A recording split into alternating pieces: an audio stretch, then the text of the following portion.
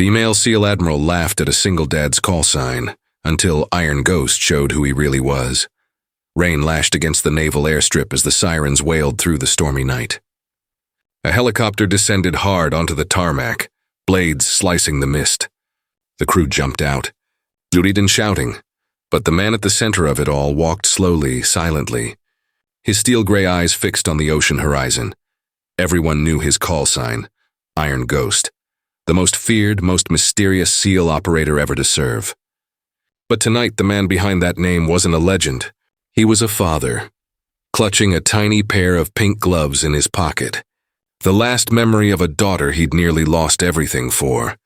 And standing at the edge of the hangar, watching him with disbelief and pride mixed in her chest, was Admiral Grace Tolland, the woman who had once laughed at that very call sign, because to her, Iron Ghost had sounded like an ego trip. Just another macho codename. She never imagined it belonged to the quiet, humble single dad she'd once dismissed as a washed-up mechanic, until the night the mission went wrong and he saved an entire platoon when no one else could. Admiral Grace Tolland was the youngest female SEAL admiral in U.S. naval history, sharp, commanding, and respected. She had no patience for show-offs or sentimental excuses, especially not from civilian contractors who came late, wore worn-out boots, and looked like they hadn't slept in weeks. That was exactly how she met Ethan Cole. He wasn't supposed to stand out. He worked in the maintenance bay, fixing gear and drones. Quiet, always on time, always keeping to himself. But something about him bothered her. The way he moved like he still belonged on the field. The way other SEALs glanced at him with a mix of respect and unease. And that call sign, Iron Ghost, printed on his old duffel bag. "You used to be one of us?" she had asked one afternoon, crossing her arms. Ethan barely looked up from the drone he was repairing. "Once, a long time ago," she smirked. "Iron Ghost, huh? That's dramatic. What was your superpower vanishing in the dark?" He didn't answer, just tightened a screw and said quietly, "Something like that." She rolled her eyes and walked away, certain she'd pegged him right. Another burned-out ex-operator clinging to glory days. But over the next few weeks, she couldn't help noticing things. The way he never joined the others for lunch, the faint limp he tried to hide, the scar behind his ear, and the fact that every evening at precisely 6:30, he'd sit outside the hangar, pull out his phone, and whisper goodnight to someone. One night, she overheard, "Hey, Peanut, Daddy's here. Did you brush your teeth? Good, remember, brave hearts don't give up, right?" His voice softened, breaking slightly. "Yeah, I love you too." When Grace stepped into view, he ended the call quickly, pocketing the phone. "Your daughter?" she asked. He nodded once, eyes still on the horizon. Grace hesitated, trying to fill the silence. "Must be hard in being away." He gave a small, tired smile. "It's harder pretending you're not." The next morning, chaos hit. A SEAL unit went dark during a classified op off the coast. No contact, no signal. The rescue plan was risky.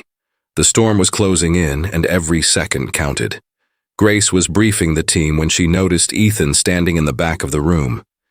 His jaw was tight, his hands clenched. "I know that area," he said.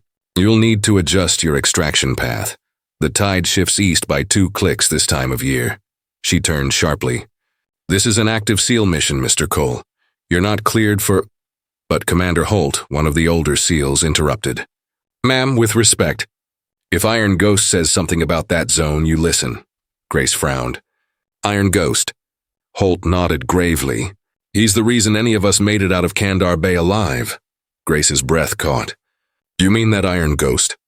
Ethan didn't look up. He just adjusted the map, marked a route, and said quietly, "They won't survive the storm if you follow the planned course." By nightfall, Grace's team was in the air, and so was Ethan, despite her protests.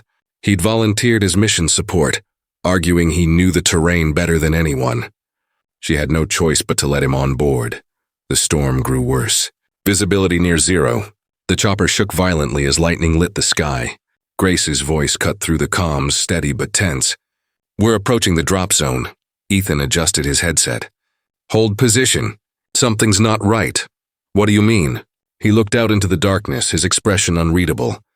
"They're not lost. They're being hunted. In that moment, the lightning, the silence, the storm, Grace finally understood why they called him Iron Ghost.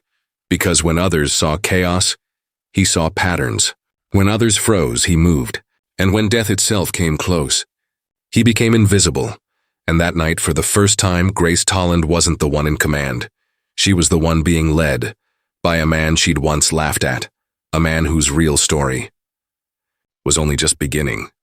The storm roared like a living beast, battering the helicopter as lightning tore through the clouds. Inside, tension ran thick. The SEALs clutched their weapons, eyes darting to Ethan, the quiet man they once knew as a legend. Grace sat opposite him, her uniform soaked, her voice steady despite the pounding rain. "Mr. Cole," she said, raising her voice over the engine's hum. "You've been out of the field for years. You sure you can handle this?" Ethan's gaze didn't waver from the window. "I'm not here to handle it, Admiral. I'm here to end it." The words hung heavy in the air. Commander Holt gave Grace a knowing look. "Told you, ma'am. When Ghost talks like that, something's about to go down." The pilot's voice crackled through the radio. "We're nearing the coordinates, but the signal's erratic. Can't confirm life signs." Ethan studied the radar, his brow furrowing. "That's because the enemy's jamming our frequency. They know we're coming." Grace turned sharply. "How would you—" He cut her off, pointing at the map. "They're dug into the cliffs here and here. The missing SEALs are probably trapped between them." He looked up. "If we go in loud, we lose everyone." Grace stared at him, disbelief and admiration mixing in her chest.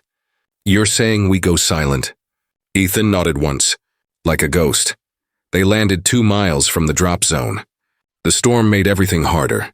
Mud, wind, and darkness blending into one suffocating blur. But Ethan moved with precision, his every step calculated. Grace followed close behind, her boots sinking into wet sand. "You were one of the best, weren't you?" she whispered. He didn't answer, just signaled for silence and crouched beside a cliff edge. Below them, faint orange lights flickered through the storm. Enemy camps hidden beneath camo nets. Grace lowered her binoculars. "How did you even find them?" "Patterns," Ethan murmured. "People make noise. Machines leave traces, ghosts. Don't—" A brief smirk tugged at her lips. "You really live up to that name." He glanced at her. "I didn't choose it." For hours they crawled through the rain-soaked terrain until they reached the trapped unit. 6 men huddled beneath broken metal, pinned by debris. One of them looked up and froze. "Ghost?" he gasped. You're real." Ethan gave a faint nod, kneeling beside him. "Still breathing, kid?" The man laughed weakly. "Barely. Thought you were just a story." Grace knelt beside them, her hand steady. "We're getting you home." But before they could move, a distant sound cracked through the rain. Gunfire. The enemy had found them. "Go." Ethan shouted, shoving Grace toward cover. "I'll hold the rear." Grace turned. "You're outnumbered." "Not the first time," he snapped.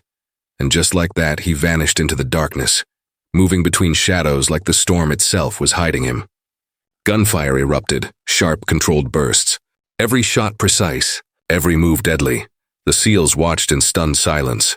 Grace's breath caught as she realized he wasn't just fighting. He was protecting them. Every risk, every bullet, aimed away from his team. Minutes felt like hours until the firing stopped. Silence fell.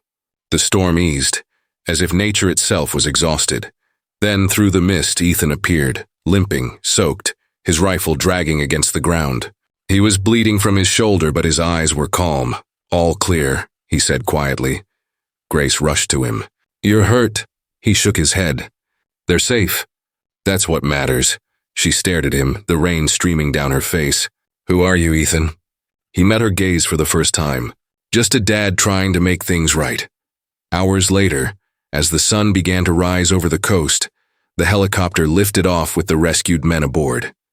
Grace sat beside Ethan, who was wrapping a makeshift bandage around his wound. "You saved them," she said softly. "You saved all of them." He looked out the window at the fading storm. "Not all," he whispered. She frowned. "What do you mean?" Ethan's voice was distant. "Kandar Bay, years ago. I couldn't save my unit that time. Lost my best friend and won my clearance. The Navy made me disappear. Said I was better off forgotten." Grace's chest tightened. "That's why you left," he nodded. "I promised my daughter I'd never fight again." But when I heard about this mission, it was his son out there. Her eyes widened. Your friend's son? Ethan looked down, his voice breaking. I couldn't fail him twice. The helicopter landed back at base to a chorus of cheers. The men saluted him, some with tears in their eyes. Grace stood beside him as reporters crowded the runway, shouting questions. One of them asked, "Who was the civilian advisor on this mission?" Grace glanced at Ethan, exhausted, bleeding, but standing tall. She smiled faintly and said, "That wasn't a civilian. That was Iron Ghost." The crowd went silent. Cameras turned. For a moment, the legend became real again. But Ethan just shook his head and walked away, toward a quiet corner of the hangar where his phone began to ring. He answered softly. "Hey, Peanut, yeah, Daddy's coming home." And Grace Tolland, the woman who once laughed at his name, realized she had just witnessed something sacred. The strength of a man whose greatest battle wasn't on the field, but in his heart. For the next few weeks, Ethan Cole became an unspoken legend around base. The SEALs whispered stories about that stormy night, about the way Iron Ghost had moved through chaos like a shadow made of courage. Reporters kept calling. The Pentagon wanted debriefs. But Ethan stayed quiet, avoiding all attention. Grace Tolland, though, couldn't stop thinking about him. She'd seen countless brave men in her career, but something about Ethan was different. Not just the way he fought, but the way he lived. Every action, every choice was driven by something deeper than duty. One evening, she found him sitting alone at the end of the pier. His jacket was off, his left shoulder bandaged. The ocean reflected a soft orange glow as the sun sank behind the horizon. "You could have had your rank back," she said, walking up beside him. "After what you did out there, command would have reinstated you." He gave a faint smile. "I don't want a rank. I just want peace." Grace folded her arms. "You think peace comes by hiding? You have skills that could save lives." He turned to her, eyes tired but steady. "I already saved the ones that mattered." She sat down next to him, studying his profile. "You keep saying that. The ones that mattered. What does that mean, Ethan?" For a long time, he said nothing. The waves lapped softly against the dock. Then he reached into his pocket and pulled out a worn photograph. A young woman and a little girl with pigtails smiling under a porch light. "My wife and daughter," he said quietly. "Her name was Sarah. Our girl's Lily. She was 5 when everything fell apart." Grace glanced at the photo, then back at him. "What happened?" Ethan's voice was low, almost trembling. Kandar Bay wasn't just another mission.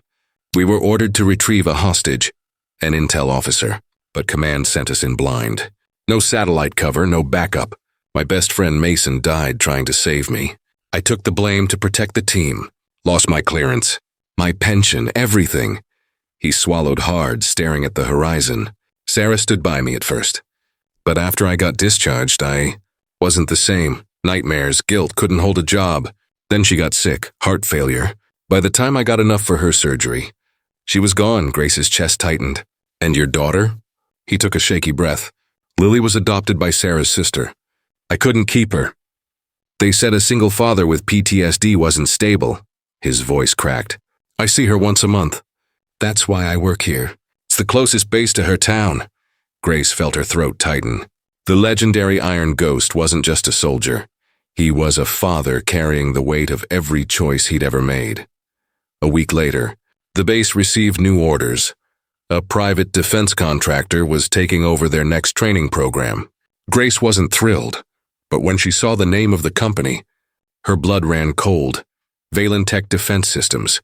She'd seen that name before, stamped on the faulty equipment that caused her men's deaths 2 years ago. She stormed into the briefing room, only to freeze when she saw who was already there. A tall, suited man shaking hands with her superior. "Admiral Tolland," the officer said. "Meet Richard Valen, founder of Valentech." Valen turned, his smirk sharp. "A pleasure, Admiral. I've heard about your little miracle mission. Quite the story." Ethan entered a moment later, carrying a maintenance report. The moment he saw Valen, his jaw locked. Grace noticed it instantly. "You two know each other?" Valen's smile didn't reach his eyes. "Oh, Mr. Cole and I go way back." Ethan said nothing, just stared. After the meeting, Grace caught up to him in the hallway. "What was that about? You looked like you wanted to tear that man apart." Ethan's hands shook slightly as he lit a cigarette. something she'd never seen him do before. He was the one who built the tech we used at Kandar Bay, the faulty guidance units. Mason died because of his greed. Grace's eyes widened. You're saying he's responsible for your discharge? Ethan exhaled slowly, smoke curling through the air. He bribed an investigator to bury the evidence. I was the scapegoat. And now he's here on our base. She clenched her fists. We can reopen it. File a report? He cut her off, his voice heavy. No, the file was classified and sealed. You open that box, you'll go down with me. Later that night, Grace was reviewing mission logs in her office when she found something strange, an encrypted message buried in the system. It was from an untraceable source, labeled simply Iron. She hesitated, then opened it. Inside were detailed schematics, proof that Valentech had falsified safety reports for years, and a single line of text at the bottom. They won't stop until someone makes them. But if you're reading this, it means I've already started. Iggy Grace's pulse quickened. Ethan had already gone after Valen. She grabbed her jacket and raced out into the night. Down at the docks, the storm winds had returned, tearing through the air. Valen's yacht glowed in the darkness, a symbol of power floating on corruption. Ethan stood on the pier, rain pouring down his face, his voice trembling with anger. You cost my friend his life, he said. You buried the truth. You ruined mine, Valen smirked from the deck. You think anyone will believe a washed-up soldier? You're nothing, Cole, a ghost. Ethan took a step forward. You're right. His voice hardened. And that's exactly why you should be afraid. Grace arrived just as security alarms blared. Floodlights lit the pier. Ethan surrounded by guards, Valen shouting orders, "Stand down!" Grace yelled, rushing forward. Ethan looked back at her, eyes full of something she'd never seen before. Not rage, not hate, just sorrow, Grace, he said softly. Tell Lily her dad finally made it right. Then he turned and dove into the water, disappearing beneath the storm-churned waves. Grace screamed his name, but it was too late. All that remained on the pier was his jacket and a single photo of his daughter. By morning, the Navy declared Ethan Cole missing, presumed dead. Valentech pulled out of the contract under unforeseen circumstances, but Grace didn't believe he was gone, because men like Iron Ghost don't die. They vanish, until the truth needs them again. 3 months passed. The ocean had calmed, but Admiral Grace Tolland hadn't. Every night she walked the same dock where Ethan had vanished, watching the dark water ripple beneath the moonlight. The world had moved on. Valentech's scandal was under investigation, and the Navy statement called Ethan's death a tragic loss. But Grace knew better, because a man like Iron Ghost didn't die without a sound. She'd seen it in his eyes that night. Not surrender, but purpose. He had dived into the storm with intention, not despair, and she couldn't let that go. One evening, as she was leaving the base, a deliveryman handed her a sealed envelope. No sender, he said. Inside was a flash drive and a folded note written in clean, familiar handwriting. You once asked me who I am. It's time you knew the whole truth. Don't trust anyone, especially Valentech's replacements. The ghost is still working. Grace's hands trembled. She rushed to her office, locked the door, and plugged the drive into her secure terminal. Files opened, blueprints, video feeds, transaction records. What she saw made her blood run cold. Valentech had been funding illegal weapons testing overseas, using fake humanitarian contracts. Ethan had uncovered everything, and the last coordinates in his file pointed to an abandoned airfield off the Florida coast. Grace grabbed her jacket. You're still alive, aren't you, Ghost? She whispered. Then I'm coming to find you. When she arrived at the airfield, it was eerily quiet. Rusted hangars loomed over cracked pavement. The only sound was the ocean wind howling through broken glass. She moved carefully, her flashlight cutting through the dark. Then she heard it. Faint metal scraping like a tool against steel. She followed the sound to a hangar door half covered in vines. Pushing it open, she froze. There he was, Ethan Cole, alive. Thinner, paler, a scar running across his temple, but alive. He looked up from the drone console he was working on, eyes wide with disbelief. Grace? She stepped forward slowly, her throat tight. You're supposed to be dead, He gave a faint, crooked smile. That was the point. They stood there in silence, the air thick with everything left unsaid. Finally, Grace spoke. "You should have told me." "I couldn't," Ethan said.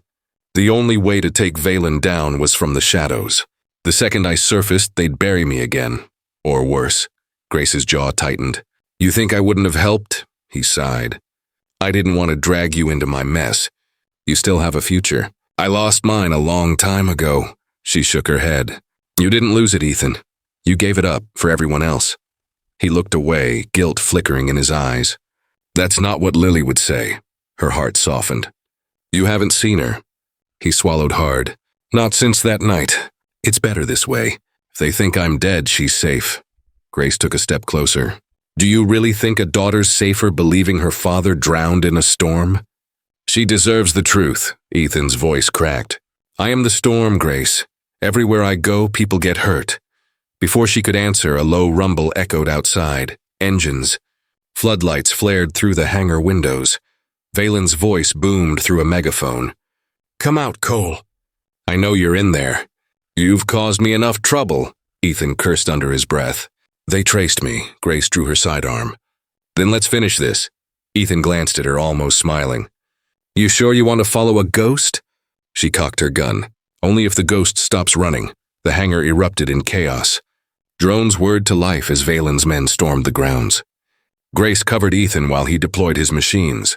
Small, silent aerials darting through the dark like sparks of lightning. Explosions lit the night sky. Fire reflected off wet concrete. Grace shouted over the noise, "You can't hold them off forever!" Ethan was already moving toward a control terminal. "Don't need forever, just long enough to expose them." He uploaded a data link, transmitting every Valentech crime file directly to the Navy's servers. Then, just as the last bar reached 100%, a gunshot cracked the air. Ethan stumbled. Grace caught him as he fell, blood spreading across his side. No, stay with me," she whispered, pressing her hand against the wound. He smiled faintly. "Yes, ghosts really do bleed." "Don't you dare," she said fiercely. "You're not dying on me again." The sound of sirens grew in the distance. Base reinforcements approaching. Valen's men scattered, their leader already trying to flee. Grace stood, fury blazing in her eyes. She raised her weapon. "Richard Valen, you're under arrest for treason, corporate espionage, and murder." Valen sneered. "You think this ends with me? You're just a pawn." A single shot rang out. Grace didn't flinch. Valen fell, clutching his leg, shouting in pain. You'll regret this." She looked down at him coldly. "No, the only one who should regret anything. You." Back inside, Ethan was barely conscious. Grace knelt beside him, brushing the rain from his face. "It's over," she whispered. "You did it. You cleared your name." His lips moved weakly. "Doesn't matter. As long as Lily's safe." Grace's eyes welled up. "You'll tell her yourself." "I'll make sure of it," he tried to smile, his voice faint. "You were right. About peace. Sometimes it comes when you stop hiding." And as the medics arrived and carried him away, Grace realized that for all his strength, Ethan's greatest battle had never been against enemies. It was against his own past. And this time, maybe, he'd finally won. The morning sun poured through the hospital blinds, warm and golden, touching every corner of the quiet recovery room. Machines beeped softly beside the bed, where Ethan Cole lay pale but breathing. A bandage wrapped his side, and his chest rose and fell steadily. Proof that the man once called Iron Ghost was still alive. Grace Tollin sat nearby, a cup of cold coffee in her hands, her uniform jacket draped over the chair. She hadn't left his side in 2 days. Not since the chaos ended. Not since the world finally learned who the real hero had been all along. News channels ran his story non-stop. Disgraced SEAL clears his name, uncovers billion-dollar defense scandal. The Navy reinstated his honor, posthumously at first, until they learned he was alive. But none of that mattered to Grace. All she wanted was to see those gray eyes open again. And finally, they did. Ethan blinked slowly, disoriented. "Where am I?" Grace smiled faintly. "Naval Medical Center." "You made it back, Ghost." He groaned softly. "You're still calling me that?" "Always will," she said gently. "It suits you." You keep vanishing when people start to care." He chuckled weakly. "It's a bad habit." Then his expression grew serious. "Valen, facing trial," Grace replied. "Every file you sent went straight to the Pentagon. He'll never see daylight again." Ethan nodded, relief flickering in his eyes. "Then it's over," she shook her head. "No, it's not," he frowned. "What do you mean?" Grace stood and reached for something in her jacket pocket, a folded drawing worn around the edges. She opened it gently on his lap. It was a child's sketch of a man holding a little girl's hand under a bright yellow sun. Above them, in uneven letters, it read, "Me and Daddy." Ethan's throat tightened. "Where did you—" "She gave it to me," Grace said softly. "Lily?" His eyes filled with tears. "You saw her?" Grace nodded. "After everything went public, I found your sister-in-law.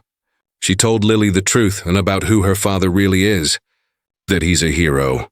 Ethan's voice trembled. Does she hate me?" Grace's eyes softened. "She's been waiting for you." A week later, Ethan was released from the hospital. He walked slowly across the base, still weak but standing tall. The same men who once whispered his name in myth now saluted him openly. For the first time, Iron Ghost wasn't a story. He was flesh, blood, and redemption. Grace drove him to a quiet suburban street lined with maple trees. A small house stood at the end, its porch light glowing warmly. Ethan froze, his hand trembling on the car door. I don't know what to say to her." Grace smiled gently. "Start with hello. The rest will come." He took a deep breath and stepped out. On the porch, a little girl sat coloring, her pigtails swaying in the evening breeze. When she saw him, the crayon dropped from her hand. "Daddy?" she whispered. Ethan's knees almost buckled. He knelt, tears streaming freely now. "Hey, Peanut." For a moment, she didn't move. Then she ran, full speed, out into his arms. He held her tight, shaking as he whispered, "I'm here, baby." "I'm here. I'm so sorry." Lily clung to him, her voice muffled against his shoulder. "Mom said you were brave. I knew you'd come back." He pulled back enough to look at her face, Sarah's eyes staring up at him, full of forgiveness he didn't deserve. "You're so big now," he said with a trembling smile. "You look just like her." She giggled, wiping her tears. "Grandma says I got your stubbornness too." Ethan laughed through his tears. "Guess she's right." From the car, Grace watched, her own eyes glistening. It was the kind of moment she'd seen soldiers dream of but rarely lived to have. A reunion not of medals, but of hearts. Months passed. Ethan stayed near base working again. Not as a SEAL, but as a tactical instructor, teaching young recruits not just how to fight, but how to survive without losing their soul. Grace visited often.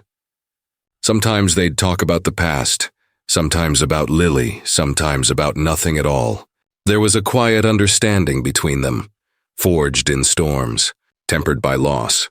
One evening, as the sun dipped low over the bay, Ethan stood by the water with Grace beside him.